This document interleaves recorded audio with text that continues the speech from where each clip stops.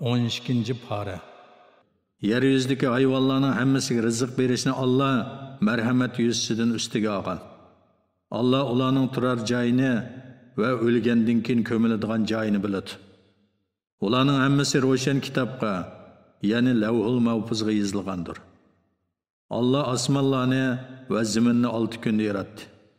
Osmon zaminni yaratishdan ilgari Allohning arshi suv ustida edi. Sizlarning qaysinglarning amali yaxshi ekanligini sinash uchun Allah ularni yaratdi. Ey Muhammad, agar sen Makka kuffarlarga sizlar o'lgandan keyin cho'qim tirilsizlar desang, kofirlar cho'qim aytadi, bu faqat ro'shan sehrdir. Agar biz ularga nozil qilingan azobni cheklik vaqt kechiktirsak, ular cho'qim masxir qilish yuzasidan azob nimasiga tushmaydi deydi. Rastilla ularga Allohning azobi tushgan kunda ular qochadigan yer topolmaydi. Ular masxir qilgan azob ularni qo'rishib oladi. Agar biz insonga rahmatimizni tetishsak, ondan uni uningdan tortib olsak, u cho'qim Allohning rahmatidan umidsizinib ketadi. Kufrani ne'mat qiladi. Agar biz faqirlik, kasallik, qattiqchilik qatorliq balolarga mubtalo qilgandan keyin uningga ne'matimizni tetishsak, u cho'qim mendan balolar ko'tarilib ketdi, endi kammaydi deb shak shubhasiz xushallanib, mag'rurlanib ketdi. Faqat baloga uchirganda, savr qilgan, ne'matga erishganda yaxshi ishlarni qilgan kishilar yaxshilardir. Ularning gunohi mag'firat qilinadi. Ular oxiratda cho'ng mukofotga erishadi. Ey Muhammad, ularning ya'ni mushriklarning nimishga uningga bir xazina tushmidi yoki uning bilan billa uni tasdiqlaydigan biror farishta kelmidi deydiganligi uchun sana nozil qilingan vahiyning bir qismini yetkizgun kelmaydigandi. Yetkizishdan yuraking siqiladigandi. Sen faqat ularni Allohning azobidan ogohlantiruvchisan. Allah har narsani tasarruf qiluvchidir. Ular Qur'onni Muhammad o'zi o'ydirib chiqqan deyishamda, aytqinki, bu so'zinglarda rostchil bo'lsanglar, Allohdan g'ayri chaqira oladiganlikka kishilaringlarni yordamga chaqirib, fasohat va balog'at jihatdan Qur'ondagiga o'xshaydigan 10 sura ijod qilib beqinglar. Agar ular bu chaqirg'inglarga ovoz qo'shmasa, bilinglarki, Qur'on Allohning vahiy qilishi bilan nozil qilingan. Allohdan boshqa hech iloh yo'qdir. Sizlar amdig'u Allohga bo'ysunasizlar. Qilgan yaxshi amallar bilan faqat hayoti dunyoni va uning zibu-zinnatini, ya'ni dunyoning ne'matlarini ko'zlaydigan kishilarga ularning amallarining ajrini bu dunyoda to'liq beramiz. Dunyoda ularning ajridan hech narsa kamaytirilmaydi. Bundaq kishilarga oxiratda do'zaxdan boshqa narsa yo'qdir. Ularning qilgan ishlari yo'q chiqariladi. Qilgan yaxshi amallari hisobga ilinmaydi. Parvardigori tarafidan kelgan ro'shan dalil, ya'ni Qur'onga asoslangan odam, ya'ni Muhammad alayhissalom hayoti dunyoni ko'zlaydigan kishilar bilan o'xshashmi? Uningga Alloh tarafidan kelgan guvohlik berguvchi, ya'ni Jibril alayhissalom Qur'onni tilovat qiladi. Qur'ondan ilgari Musoga nozil qilingan kitob, ya'ni Tavrat Isroil avlodiga yetakchi va rahmat qilib nozil qilindi. Ana shunday kishilar Qur'onga haqiqiy ishonadi. Har qanday jamoadan kimki Qur'onni inkor qiladi ekan, uningga va'da qilingan joy do'zaxdir. Qur'onga shak keltirmagan, u haqiqatan Parvardigorning tarafidan nozil qilingan haqiqatdir. Lekin insonlarning to'lisi ishonmaydi. Allohga yolg'onni chaplagan kishidan zolim kishi bormi? Ana shular qiyomat kuni Parvardigoriga to'g'rilanadi. Guvohchilar bular Parvardigori haqida yolg'on so'zlaganlardir deydi. Rastilla Allohning la'nati zolimlarga bo'ladi. Ular kishilarni Allohning yo'lidan, ya'ni islom dinidan to'sadi. Allohning yo'lining egri bo'lishini tilaydi. Ular oxiratni inkor qiluvchilardir. Ana shular zaminda Allohning azobidan qochib qutulolmaydi. Ularga Allohdan boshqa ega bo'ladigan yordamchilarmi bo'lmaydi. Ular qatma-qat azobga duchor bo'ladi. Ular haqni anglashga va haqni ko'rishga qodir bo'lolmaydi. Ana shular o'zlariga ziyon solg'uvchilardir. Ularning o'ydirib chiqargan ma'budlari ulardan o'zlarini chetga oldi. Shak yo'qki, ular oxiratda eng ziyon tortquchilardir. Shubhisizki, iymon etganlar va yaxshi amallarni qilganlar, Parvardigorning huzurida ojizlik bildirganlar Ani shular ahli jannatdir. Ular jannatda mangu qolg'uvchilardir. Kafirlar va mu'minlardan iborat ikki firqa bor. Bir firqa amaga va gazga o'xshaydi. Yana bir firqa bo'lsa, ko'zi ko'radigan, quloqi anglaydigan odamga o'xshaydi. Ularning ahvoli bir-biriga o'xshamdi. İbrat ammamsizlar. Shubhisizki, biz Nuhni qavmiga payg'ambar qilib avatdik. O, men haqiqatan sizlarga ochiq ogohlantiruvchiman. Bir Allohdan boshqaga ibodat qilmanglar, sizlarning qattiq kunning azobiga uchrashinglardan qo'rqaman dedi. Uning qavmining kofir kattalari, bizningcha sen faqat bizga o'xshash bir odamsan. Bizningcha oramizdagi past kishilar yengillik bilan sana agashgan. Bizningcha sizlarning bizdan hech qanday ortiqchiliginglar yo'q, balki biz sizlarni yolg'onchi deb o'ylaymiz dedi. Nuh aytdi: "Ey qavmim, aytinglarchi, agar men Parvardigorim tarafidan nozil bo'lgan da'vatimning to'g'riligini isbotlaydigan aniq dalilga asoslansam va uning rahmatiga, ya'ni payg'ambarligiga sazovor bo'lgan bo'lsam, o dalil sizlar uchun maxfiy bo'lsa, sizlar uni yomon ko'rsanglar, uni qabul qilishga sizlarni majburlamdik. Ey qavmim, sizlarga dini tabliq qilganligim uchun sizlardan pul mol talab qilmayman. Menga ajr berishni faqat Alloh o'z ustiga olgan. Men iymon etgan kishilarni yenimdan qo'g'lab etmayman. Chunki ular shubhisizki Parvardigoriga muloqot bo'ladi. Lekin men sizlarni nodon qavm ko'raman. Ey qavmim, agar men ularni qo'g'lab etsam, Allohning azobidan meni kim qutqiza oladi? O'ylanib boqmamsizlar. Men sizlarga menda Allohning xazinalari bor demayman. G'ayibni bilaman demayman. Men albatta o'zimni farishta debmi aytmayman. Hamda sizlar ko'zga ilmaydigan kishilarni Alloh ularga yaxshilik bermaydi demayman. Alloh ularning dillaridagini obdan biladi. Bo'lmasa men cho'qim zolimlardan bo'lib qolaman. Ular yana Nuhning qavmi: "Ey Nuh, biz bilan munozirlashding. Nihoyat ko'p munozirlashding. Agar rost so'zliguvchilardan bo'lsang, bizni qo'rqitgan azobni tushirib boqqin" dedi. Nuh aytdi: "Uni, ya'ni azobni agar xolis faqat Allohla tushira oladi. Sizlar hargiz qochib qutulolmaysizlar. Men sizlarga nasihat qilmoqchi bo'lsam, Alloh sizlarni gumroh qilmoqchi bo'lsa, o'chaqda mening sizlarga qilgan nasihatimning sizlarga foydasi bo'lmaydi. Alloh sizlarning Parvardigoringlardir. Sizlar Allohning dargohiga qaytsizlar." Yoki ular, ya'ni Qurayshning kofirlari Qur'onni o'zi o'ydirib chiqqan deyishamdi? Agar uni men o'ydirib chiqqan bo'lsam, o'z gunohimga o'zim mas'ul. Men sizlarning gunohinglardan ado judaman degin. Nuhga mundaq vahiy qilindi: "Qavmingdan ilgari sana iymon etganlardan boshqa yana iymon etquchilar bo'lmaydi. Ularning qilmishidan qayg'urmagin. Bizning ko'z oldimizda vahiyimiz bo'yicha kiyim yasag'in. O'zlariga zulm qilganlar to'g'risida menga so'z ochmagin. Ular cho'qim to'pon balosida g'arq qilinadi." Nuh kiyim yasayotdi. Qavmining cho'nglari uning oldidan har qatim o'tganda uni masxir qilishdi. Nuh aytdi: "Sizlar bugun bizni masxir qilsanglar, kelajakda sizlar g'arq qilinganda, sizlar bizni masxir qilgandek, biz sizlarni cho'qim masxir qilamiz.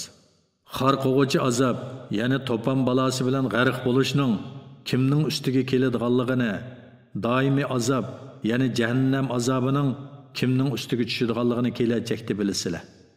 To'pon balosi to'g'risidagi buyruqimiz yetib kelgan va yer yuzidan suv etilib chiqqan chog'da kemiga hayvonlardan erkak kishi bo'lib bir juftdan elib olgin.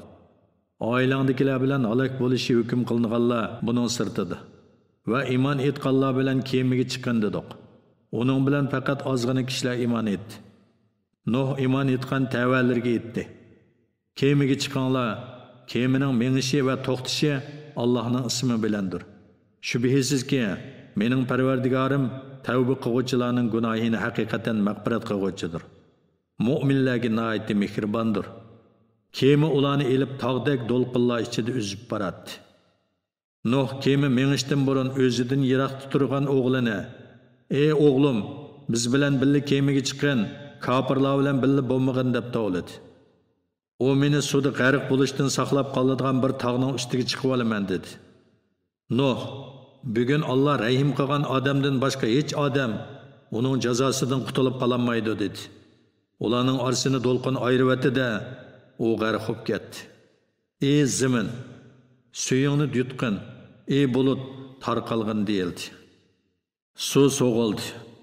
Allohning kofirlarni g'arq qilishdan iborat hukmi ijro qilindi. Kema Juddi teg'ining ustida to'xtadi. Zolim qavm halok bo'lsin deyildi. Nuh Parvardigoriga duo qilib, Parvardigorim, o'g'lim mening oilamdagilardan edi. Sen menga ularning najot tepishini va'da qilgan eding. Sening va'dang albatta haqdir. Sen haqiqatan eng to'g'ri hukm qiluvchisan dedi. Alloh aytdi: "Ey Nuh, o men najot tepishni va'da qilgan oilangdagilardan emas. Uning amali yomondir. Sen aniq bilmagan narsangni mendan so'ramagin. Men sening johillardan bo'lmasligingni nasihat qilaman." Nuh aytdi: "Parvardigorim, men bilmagan narsalarni so'rashdan sening panohingga sig'inaman. Agar menga mag'firat qilmasang va rahim qilmasang, ziyon tatquvchilardan bo'laman" deyildi. Yana Alloh aytdi: "Ey Nuh, sen bilan kemada birga bo'lganlarning bir qism avlodiga biz tarafdan nozil bo'lgan omonlik va barakatlar bilan kemadan tushgin. Ularning yana bir qism avlodini hayoti dunyodan bahramon qilamiz. Ondan ular bizning qattiq azobimizga duchor bo'ladi."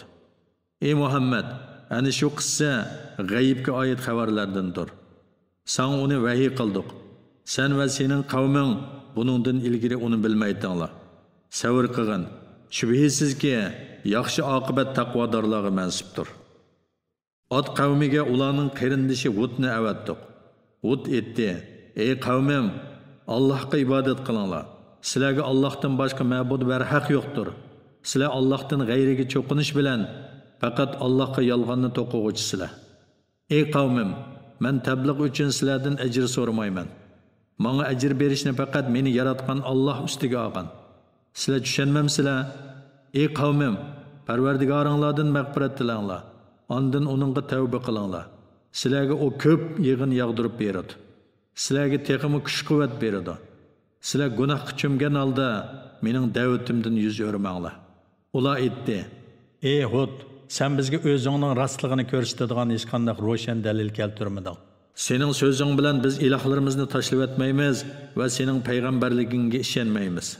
Biz faqat seni ba'zi ilohlarimiz saron qilib qo'yibdi deymiz." Hud aytdi: "Men haqiqatan Allohni guvoh qilaman.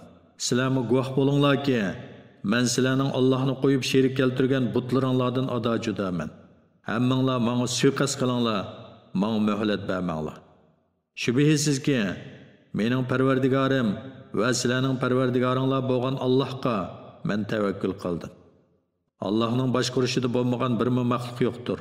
Parvardigorim haqiqatan to'g'ri yo'ldadir. Agar sizlar mening da'vatimni qabul qilishdan yuz o'rsanglar, yuz o'rgininglarning menga ziyni yo'q. Sizlarga men Parvardigorimning elchiligini yetkazdim.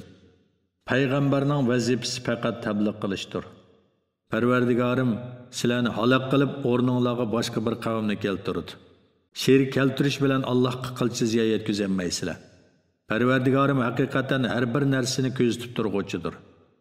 Bizning azoblash buyruqimiz kelganda Hudni va uning bilan birga bo'lgan mu'minlarni marhamat qilib qutqizdik. Ularni qattiq azobdan xalos qildik. Ana shu Ad qavmi Parvardigorining mo'jizalarini inkor qildi. Uning payg'ambarligiga osiylik qildi. Har bir uchiga chiqqan tarsa shafqatsiz, ya'ni haqqa qarshilik qilib jidallashguvchining buyrug'iga ergashdi. Ularga bu dunyoda la'nat qilindi.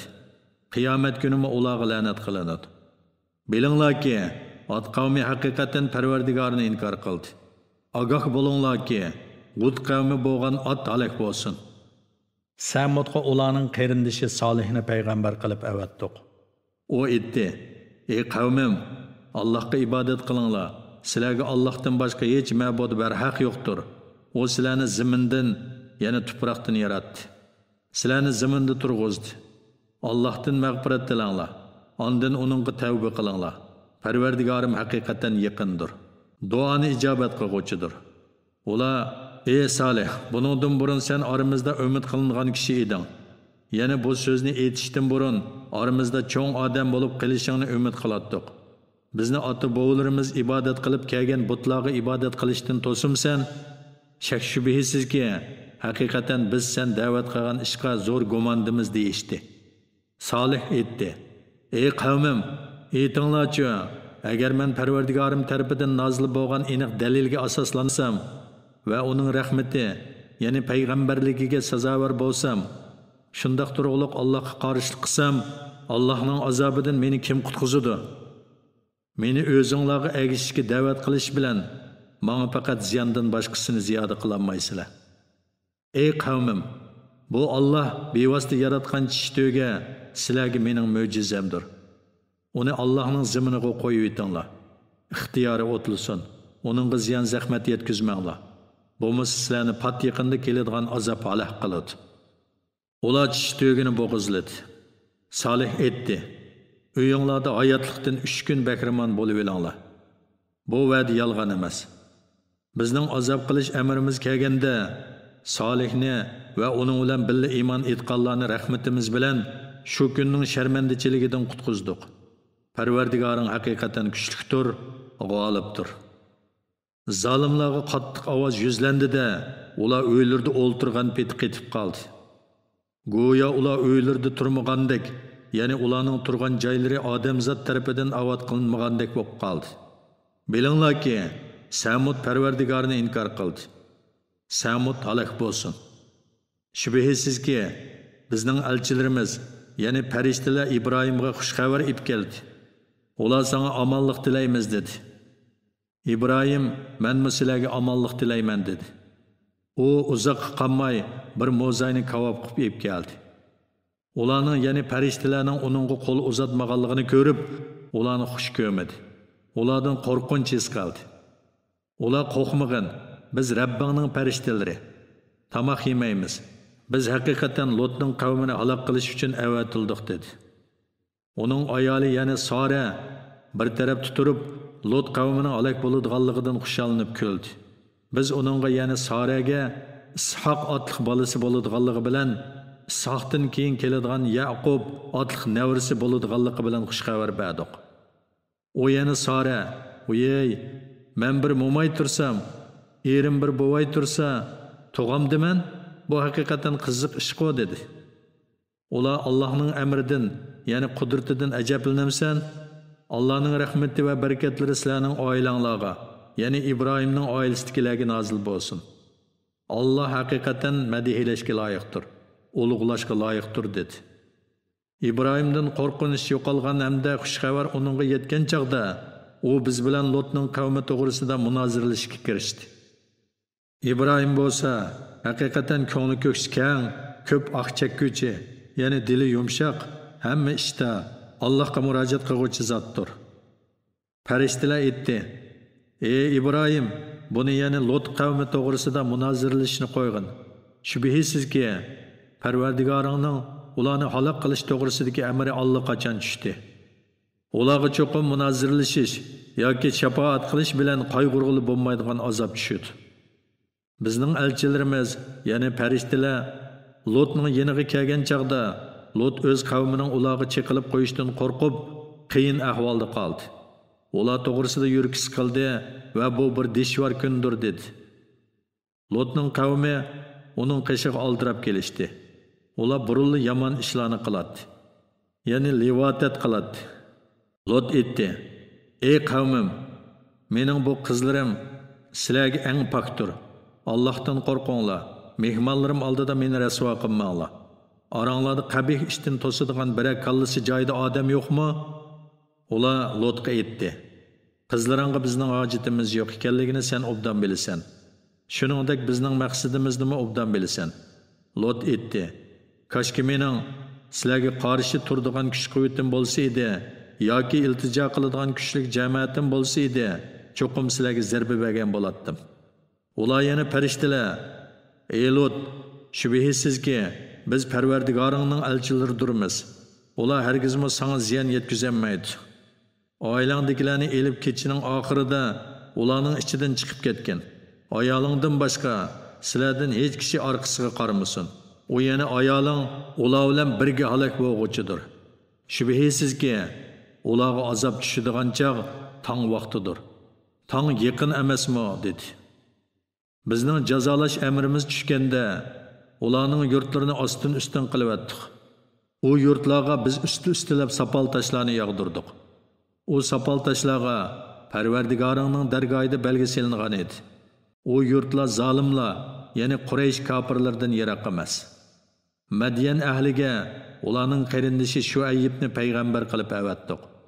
O aytdi: "Ey qavmim, Allohga ibodat qilinglar. Sizlarga Allohdan boshqa hech ma'bud barhaq yo'qdir. O'lchamda va tarozida kambamanglar. Men sizlarni haqiqatan boy hisoblayman. Men haqiqatan sizlarning hammani qurshab turg'uvchi kun, ya'ni qiyomat kunining azobiga duchor bo'lishinglardan qo'rqaman. Ey qavmim, sizlar o'lchamni to'g'ri o'lchanglar, tarozini to'g'ri tortinglar. Kishilarga narsalarni kambamanglar. Yer yuzida buzg'unchilik qilib fitna fasod termanglar. Alloh sizlarga qoldirgan halol rizq, sizlar yiqqan haromdan yaxshidir. Agar sizlar mu'min bo'lsanglar, men sizlarga muhofizatchi emasman." Ular: "Ey Shuayb, sening namozing, ya'ni dining, seni ota bobolarimiz ibodat qilib kelayotgan narsalarni bizni tashlatqizishga yoki mollarimizni xohlaganimizcha tasarruf qilishimizni tarik etkazishga buyurumdi. Sen tozimi ko'ngli ko'kskan, tozimi to'g'ri yo'l topgan odamsan-da", dedi.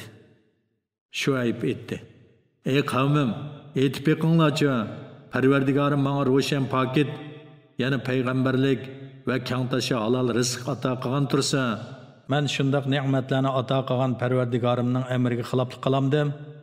Sizlarga qilish ma'ni qilingan ishni o'zimmi qilishni xohlamayman. Men faqat sizlarni qo'limdan kelishicha tuzashni xohlayman. Men faqat Allohning yordami bo'lgandila muvaffaqiyat qozona olayman. Hamma ishda Allohga tayinaman va uningga yuzlanaman. Ey qavmim, sizlarning menga qarshi turguninglar, sizlarni Nuhning qavmi yoki Hudning qavmi va yoki Solihning qavmi duchor bo'lgan azobga duchor qilmasin. Lut qavmining diyori sizlarning joyinglardan yiroq emas. Parvardigoringlardan mag'firat talab qilinglar. Ondan uningga tavba qilinglar. Mening Parvardigorim tavba qiluvchilarga haqiqatan marhamatlikdir, ularni do'st tutquchidir." Ular: "Ey Shuayb, biz sening aytganlaringning nurg'unini tushunmaymiz. Biz albatta seni aramizda kuchsiz odam deb qaraymiz. Sening qavmi qarindoshlaring bo'lmaganda edi, biz seni cho'qim tashkesak qilib o'ltirardik. Sen bizga e'tiborliq emassan", dedi. Shuayb aytdi: "Ey qavmim, mening qavmi qarindoshlarim sizlarga Allohdimi e'tiborliqmi? Sizlar Allohni orqanglarga cho'rivatdinglar. Parvardigorim sizlarning qilmishinglardan albatta to'liq xabardordir. Ey qavmim, sizlar o'z yo'linglar bo'yicha harakat qilinglar, menmi albatta o'z yo'lim bo'yicha harakat qilay. Uzoq qolmay kimning rasvo qiluvchi azobga duchor bo'ladiganligini va kimning yolg'onchi ekanligini bilasizlar.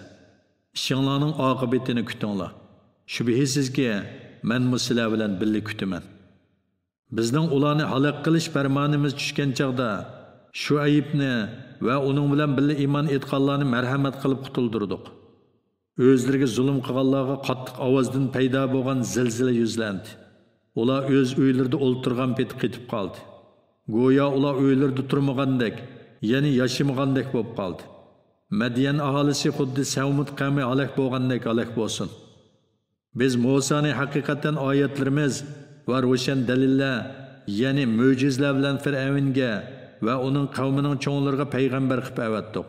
Ular Fir'avnning buyrug'iga bo'ysundi. Fir'avnning buyrug'i to'g'ri emas edi. Fir'avn qiyomat kuni boshlamchilik bilan o'z qavmini do'zaxga boshlab kirdi. U joy nima degan yomon? Ular bu dunyodami, qiyomat kunida la'natga uchraydi. Ularga berilgan ikkili dunyoda la'natga uchrashdan iborat bu sovg'a nima degan yomon? Mana bular aholisini biz halok qilgan yurtlarning xabarlaridir. Uni sana vahiy orqali bayon qilamiz. U yurtlardan izi qolganlarmi bor, izi qolmaganlarmi bor? Yana aholisi bilan qo'shib o'rib etilgan ziroatdagi vayron qilinganlarmi bor? Biz ularga zulm qilmadik. Lekin ular o'zlariga o'zlari zulm qildi. Parvardigoringning ularni halok qilish farmoni kelganda, ularning Allohni qo'yib ibodat qilgan ma'budlari hech narsaga asqatmadi. Ularga faqat ziyon soldi. Parvardigoring zolim yurtlar aholisini halok qilsa, ana shundoq halok qiladi. Allohning azobi haqiqatan to'limi qattiqdir. Oxirat azobidan qo'rqadigan odam bu qissadan albatta ibrat oladi. Ana shu kun bütün xaloyiq hisob berish uchun yig'iladigan kundir. Ana shu kun hamma hozir bo'ladigan kundir. Uni ya'ni qiyomat kunini biz muayyan muddatgacha ta'xir qilamiz. Qiyomat kuni bo'lganda har qanday odam faqat Allohdan ijozat bo'lganda so'zlaydi. Ularning ba'zilari badbaxt bo'ladi, ba'zilari saodatman bo'ladi. Badbaxtlarga kelsak, ular do'zaxga kiradi. Ular do'zaxda eshak ang'irgandek tovlab noli faryod chekadi. Do'zaxning osmon zimini yo'qolmayli tursa, ular do'zaxda Parvardigoring xohlagan zamongacha davomli turaveradi.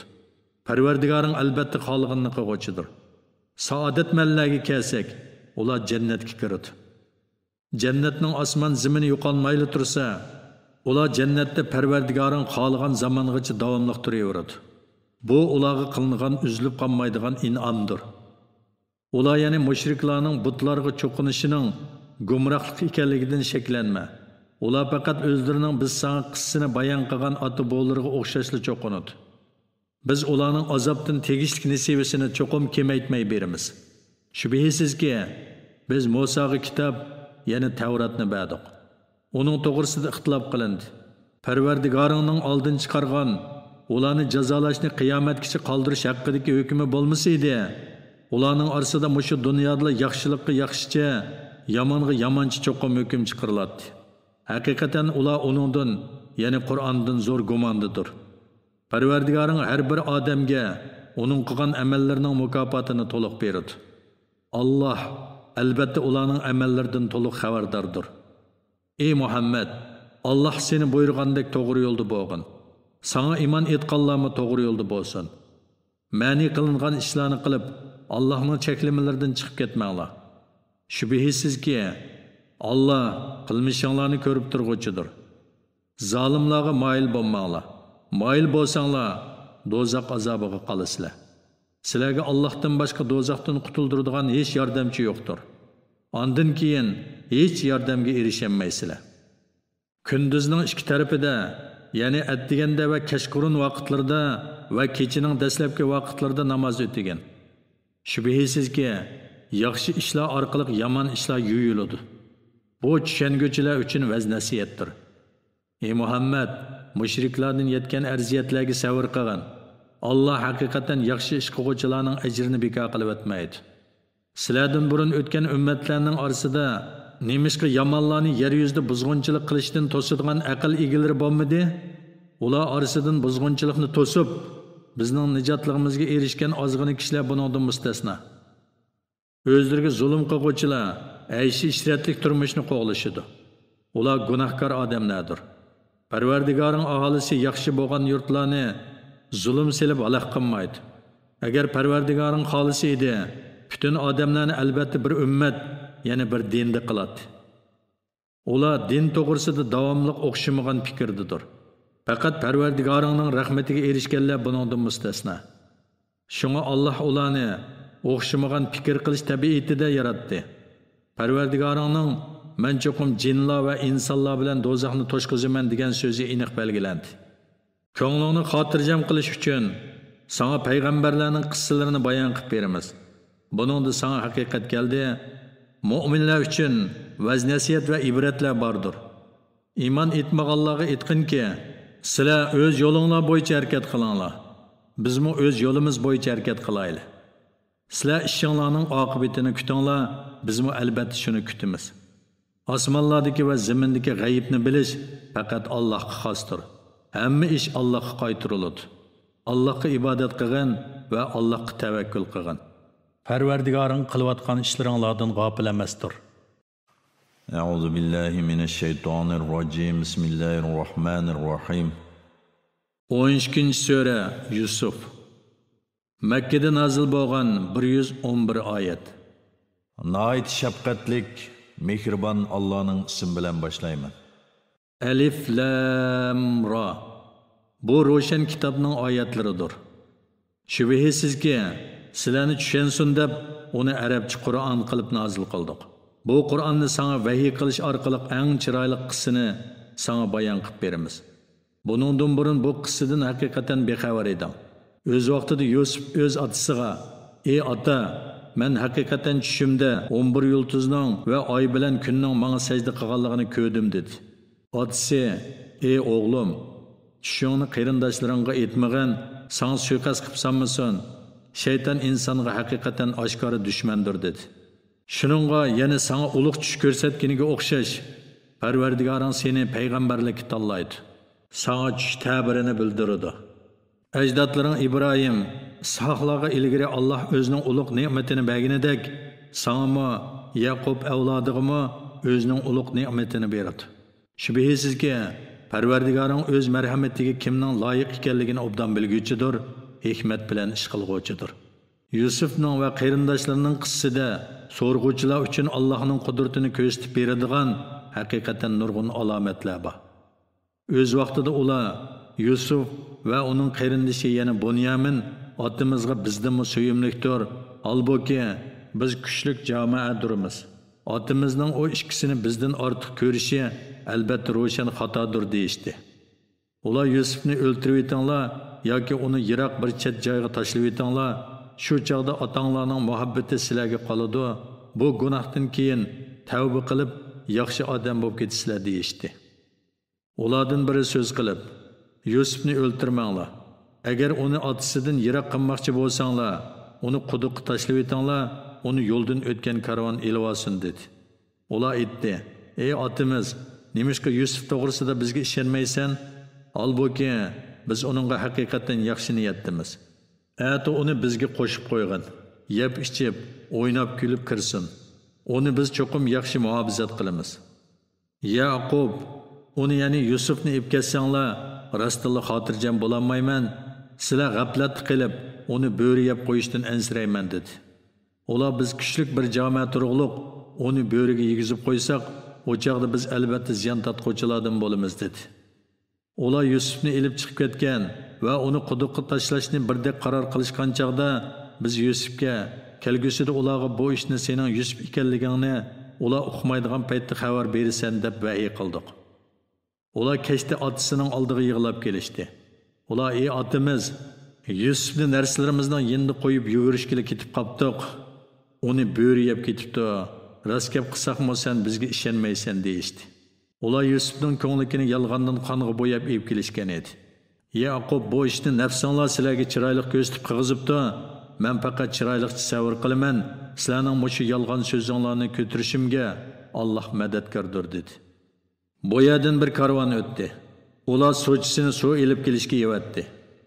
U suvg'isini quduqqa tashildi va xushxabar, mana bir o'g'il bola dedi. Ular uni tijorat meli sifatida maxfiy tutishdi.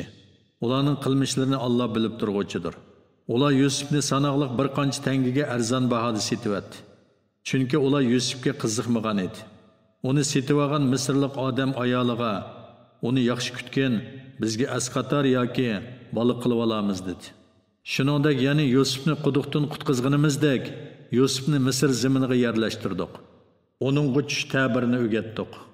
Alloh xohlagan ishni amalga oshirishga qodirdir, lekin insonlarning to'lisi buni uqmaydi. Yusuf qironiga yetganda uningga hikmat bilan ilm ato qildik. Yaxshi ish qiluvchilarni shundoq mukofotlaymiz. Yusuf turayotgan uydagi ayol, ya'ni Zulayxa Yusufdan o'zi bilan munosabat o'tkazishni talab qildi. U ishlarni taqib etib, beri kel dedi. Yusuf: "Alloh panoh bersin. U ya'ni ering haqiqatan mening xo'jayinimdir. O meni yaxshi kutdi. O'ziga zulm qiluvchilar haqiqatan nijot topolmaydi" dedi. O ya'ni Zulayxa Yusufga yaqinchilik qilishga bel bog'ladi. Parvardigorning ro'shan dalilini ko'rmagan bo'lsa, Yusufmi uningga moyil bo'lgan bo'ladi. Biz Yusufni gunohdan va sat ishdan ana shundoq saqladik. Shubhisizki, Yusuf bizning sodiq bandalarimizdan edi. Ularning har ikkisi Yusuf chiqib ketish uchun, Zulayxa uni qaytarib kelish uchun ishga qarab yugurishdi. Bu chaqda u yana Zulayxa Yusufning ko'ngligini orqasidan tortib yirtibdi. Ishik oldida uning yana Zulayxaning eri bilan do'qirishib qilishdi. U yana Zulayxa: "Sening ahlingni dafsanda qilmoqchi bo'lgan odamni faqat zindonga tashlash va qattiq qiynash bilan jazolash kerak" dedi. Yusuf: "U yana Zulayxa mendan munosabat o'tkazishni talab qildi" dedi. U yana Zulayxaning oilasidagilardan birisi guvohlik berib, Yusufning ko'ngligi oldidan yirtilgan bo'lsa, Onun yani Zulayxaning sözü rost, Yusufning sözü yolg'on. Yusufning ko'ngligi orqasidan yirtilgan bo'lsa, u yana Zulayxaning sözü yolg'on, Yusufning sözü rost dedi. U yana Zulayxaning eri Yusufning ko'ngligining orqasidan yirtilganligini ko'rib, "Ey ayollar jamoasi, bu cho'qim sizlarning hilanglardir, sizlarning hilanglar haqiqatan cho'ngdir" dedi. Yana aytdi: "Yusuf, buni so'zlab yurmagin. Ayolim, sen o'z gunohingga kechirim so'ragan, sen haqiqatan xatolashding." Shahardagi ba'zi ayollar Azizning xotini qulig'i kuyib qilib, uning bilan munosabat o'tkazishni talab qilibdi. Biz uni albatta oshkora ozg'un deb qaraymiz deyishdi. U yana Zulayxa ularning gap so'zlarini anglab, ularga mehmondorchilikka chaqirib odam avatdi. Ularga yo'lindigan takki yostiqlarni tayyorladi. Ularning har biriga birdan pichoq berdi. Zulayxa Yusufga sen chiqib ular bilan ko'rishgin dedi. Ular Yusufni ko'rib hang-tang bo'lib qolishdi va o'zlarining qo'llarini kesib olishdi. Ular bundoq chiroyli insonni yaratgan Alloh pokdir, bu odamzod emas, faqat bir esil farishtadir deyishdi. U yana Zulayxa, "Mana bu sizlar uning uchun meni ayblagan heliqi odam. Men uningdan munosabat o'tkazishni talab qildim, lekin u o'zini chin saqladi. Agar u yanala buyruqimni qilmasa, cho'qim zindonga tashlanadi, cho'qim qor odam bo'lib qoladi" dedi. Yusuf: "Ey Parvardigorim, menga ular o'ndigan narsadan zindon suyimlikdir. Agar ularning hilisini mendan dafi qilmasang, insonchilikda ularga moyil bo'lib, nodonlardan bo'lib qolaman" dedi. Parvardigori uning duosini ijobat qilib, ularning hilisini Yusufdan dafi qildi. Allah iltijo qiluvchilarning duosini haqiqatan anglab turg'uchidir, ularning ahvolini bilib turg'uchidir. Ondan ular Yusufning begunoh ekanligiga doir paketlarni bergandan keyin uni bir mahal qamab qo'yishni loyiq topdi. Zindonga Yusuf bilan ikki yigit birga kirgan edi. Ularning biri "Men tushimda o'zimni haqiqatan uzumdan aroq siqayotganini ko'ribdiman" dedi. Ikkinchisi "Men tushimda o'zimni haqiqatan beshimda non ko'tarib turgan, nonni qushlar yeyotgan ko'ribdiman. Ta'birni bizga aytib bersang, biz seni haqiqatan yaxshilik qiluvchilardan, ya'ni tushki ta'bir bera oladiganlardan deb qaraymiz" dedi. Yusuf aytdi: "Ikkinglarga sirtdan tamoq kirishdan burun uning nima ekanligini sizlarga aytib bera olmayman. Bu Parvardigorim menga bildirgan narsalardandir. Shubhisizki, men Allohga ishonmaydigan, oxiratni inkor qiladigan qavmning dinini tashladim. Men ajdodlarim Ibrohim, Ishoq, Yaqublarning diniga ergashdim. Hech qanday narsani Allohga sherik keltirish bizga loyiq emas. Bu Allohning bizga va insonlarga qilgan marhamatidir. Lekin insonlarning to'lisi shukr qilmaydi. Turmudosh og'inalar, tarqoq, ko'p ma'budlar yaxshimi yoki qudratli bir Alloh yaxshimi? Sizlarning Allohni qo'yib ibodat qilayotganinglar faqat sizlar o'zinglar va ota-bobonglar atib olgan butlarning va g'ayrining nomlaridan iborat. Alloh ularning Allohning sheriki bo'lishi to'g'risida hech qanday dalil tushirgani yo'q.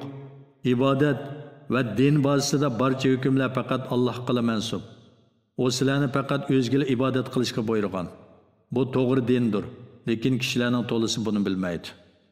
Turmudosh og'inalar, sizlarning biringlar zindondan chiqib, xo'jayiniga aroq qo'yib berdi.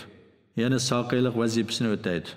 Yana biringlar darg'a esiladi, kallasini qushlar yeydi. Sizlar so'ragan ishlar hukm qilinib bo'ldi.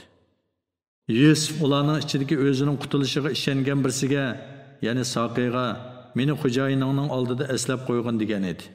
Xo'jayinining oldida Yusufni aslab qo'yishni shayton uningga unutildirdi.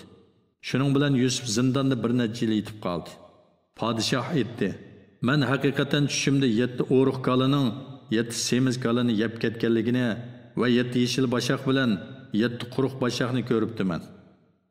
Ey olijanoblar, agar sizlar tush ta'birini bilsanglar, bu tushimga ta'bir berib beqinglar. Ular aytdi: "Bu bir qalaymaqon tushgan. Biz bunda qalaymaqon tushga ta'bir berishni uqmaymiz." Heliqi ikkisidan turmadan qutulgan va uzoq muddatdan keyin Yusufni aslagan kishi, "Men sizlarga bu tushning ta'birini aytib bera olmayman. Meni Yusufning yeniga avatinglar" dedi. Ey rostchil Yusuf, 7 o'riq kalini 7 semiz kalini yeb ketganligini, 7 yeshil bashaq bilan 7 quruq bashaqni ko'rib tushigan tushning ta'birini bizga aytib bersang, men uni kishilarga, ya'ni podshohga va uning davlat arboblariga xabar qilsam, ular sening fazilingni, bilimingni bilsin dedi. Yusuf aytdi: 7 yil uzildirmay teriqchilik qilinglar. Algan o'sonlardan yeyish uchun ozg'inisini xoman tepgandan tashqari, qolganini meti tushib ketmaslik uchun boshqa bilan qo'yinglar. Shuningdan keyin qahatchilik bo'ladigan 7 yil keladi. Bu yillarda ilgari to'plab olgan ochlig'inglardan urug'lik uchun saqlab qo'yiladigan ozg'inisidan boshqa hammasini yeb tugatisizlar. Shuningdan keyin mo'lchilik yillar keladi. Uningda ho'l yig'in ko'p bo'ladi. Kishilar mevalardan turli ichimliklarni siqib chiqaradi. Saqi podshohga berib Yusufning uning tushiga bergan ta'birini aytgandan keyin podshoh uni oldimga olib kelinglar dedi. Podshohning elchisi Yusufning oldiga borganda Yusuf elchiga xo'jayinimga qaytib berib uningdan yilqi qo'llarini kesib olgan xotinlarning ishini bilamda so'rab baqqan. Shubhisizki mening parvardigorim ularning hilisini obdan biladi dedi. Podshoh yilqi xotinlarni yig'ib va o'zining xotinini chaqirib, sizlar Yusufdan munosabat o'tkazishni talab qilganinglarda haqiqiy ahvolinglar qandoq bo'lgan dedi. Ular Alloh paktur Yusufda ozroqmi gunoh bor deb bilmaymiz dedi. Azning xotini hamda haqiqiy ahvol oydinlashdi. Men uning bilan munosabat o'tkazishni talab qilgan edim. Yusuf haqiqatan rostchillardan edi dedi. Yusuf aytdi: Bu yani podshohning elchisini qaytirib etganlikim, aziz yo'q chog'da xotiniga xiyonat qilmaganligimni va xoinlarning hilisini Allohning muvaffaqiyatga erishtirmaydiganligini bilib qilishi uchundir.